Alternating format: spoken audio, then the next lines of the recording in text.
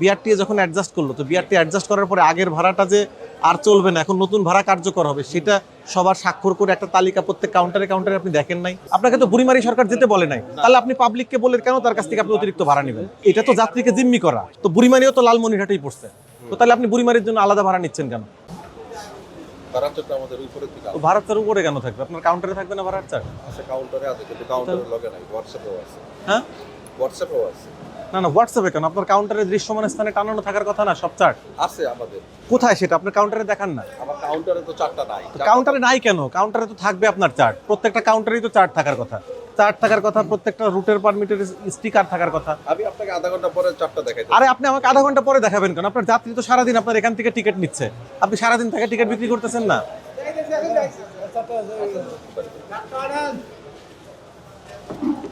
আপনি চার্ট ছাড়া সারাদিন ধরে টিকিট বিক্রি করতেছেন, কিভাবে করতেছেন? আমাদের তো, আমরা তো মুখস্থ আমাদের।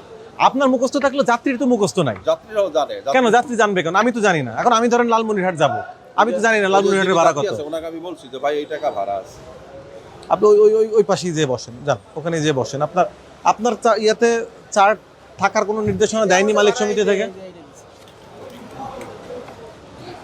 এটা আমাদের লালমনিরহাটের ভাড়া। আপনি ওই পাশে যান, ওই পাশে চলে যান, ওখানে যান।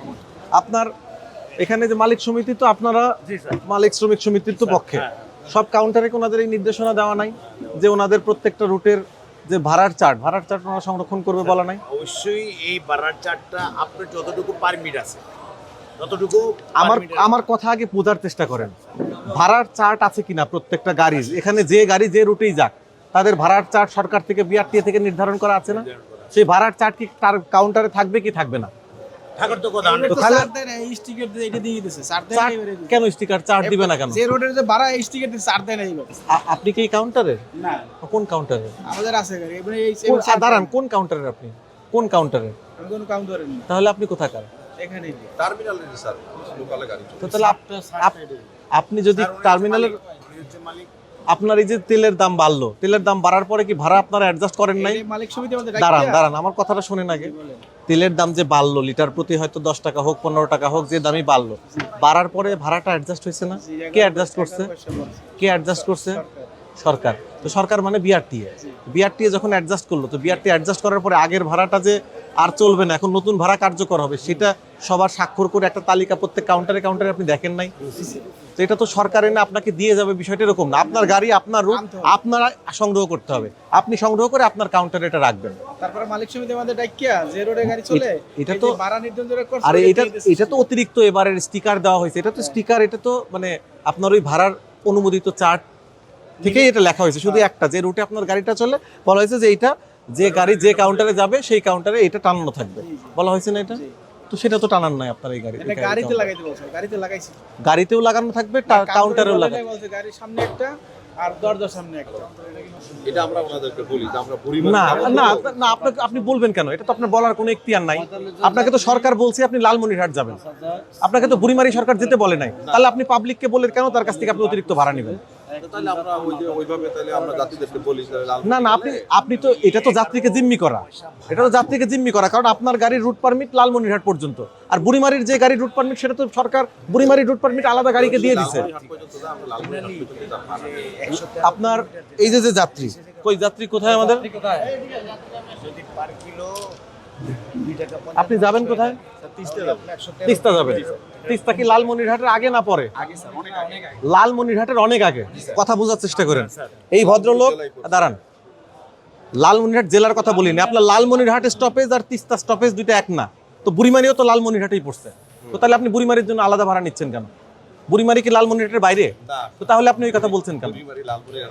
তো লালমনিরহাটের মধ্যেই পড়ছে, তো তিস্তাও যদি লালমনিরহাটে পড়ে, বুড়িমারিও লালমনিরহাটের মধ্যেই। আপনি তো, আমি একটু শেয়ার করি 1 মিনিট। মানে আপনার লালমনিরহাট আগে না তিস্তা আগে? আপনি যে রুটটা দিয়ে গাড়িটা যায়, তিস্তা হয়ে লালমনিরহাট। তাহলে তিস্তার যে লালমনিরহাটের যে ভাড়া, সেই ভাড়া ওনার থেকে নেয়। আপনি যদি না, একটু এখানে আমার আগে একটু কথা শেষ হয় নাই। এখন ধরেন আপনার গাড়ির পারমিশন হচ্ছে লালমনিরহাট পর্যন্ত, উনি লালমনিরহাটের আগে নেমে যাবে, তিস্তায় নেমে যাবে, তো আপনি তার কাছ থেকেও বুড়িমারির ভাড়া যদি নিতেন, তাও আমি একটা যুক্তিতে মানতাম যে ঠিক আছে, আপনার গাড়ি বুড়িমারি পর্যন্ত নিচ্ছেন, এই জন্য আপনি তার কাছ থেকে বুড়িমারির ভাড়া নিয়েছেন। তখন আমি আপনাকে জিজ্ঞেস করতাম লালমনিরহাটে আপনার গাড়ির পারমিশন, উনি লালমনিরহাটের আগেই নামবে, আপনি লালমনিরহাটের চেয়ে বেশি ভাড়া কেন নিলেন? অথচ আপনি নিজেই বলছেন যে বুড়িমারির ভাড়া গাবতলী থেকে হচ্ছে 1370 টাকা। গাবতলী থেকে বুড়িমারির ভাড়া 1370।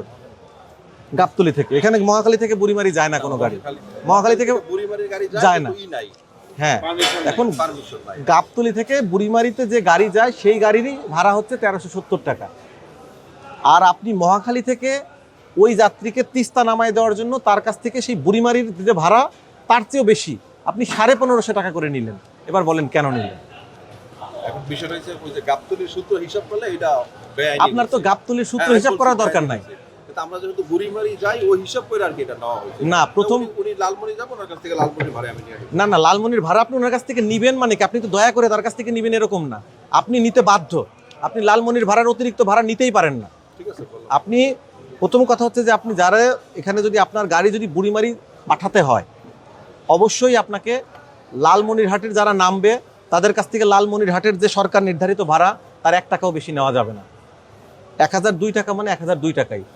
তারপরে যদি বুড়িমারির 5 জন যাত্রী থাকে, 10 জন যাত্রী থাকে, 20 জন যাত্রী থাকে, তাদের কাছ থেকে যদি আপনি তাদের সাথে কথা বলে যে ঠিক আছে আপনাদেরকে বুড়িমারি নামাই দিব, তাহলে এত টাকা এর সাথে যুক্ত হবে, আপনারা যাবেন কি যাবেন না। সেক্ষেত্রে যদি তারা দেয় সেক্ষেত্রে আপনি নিতে পারবেন, এর বাইরে আপনি নিতে পারবেন না। এখন আপনার গাড়ির তো আপনি অগ্রিম টিকিট বিক্রি করেন,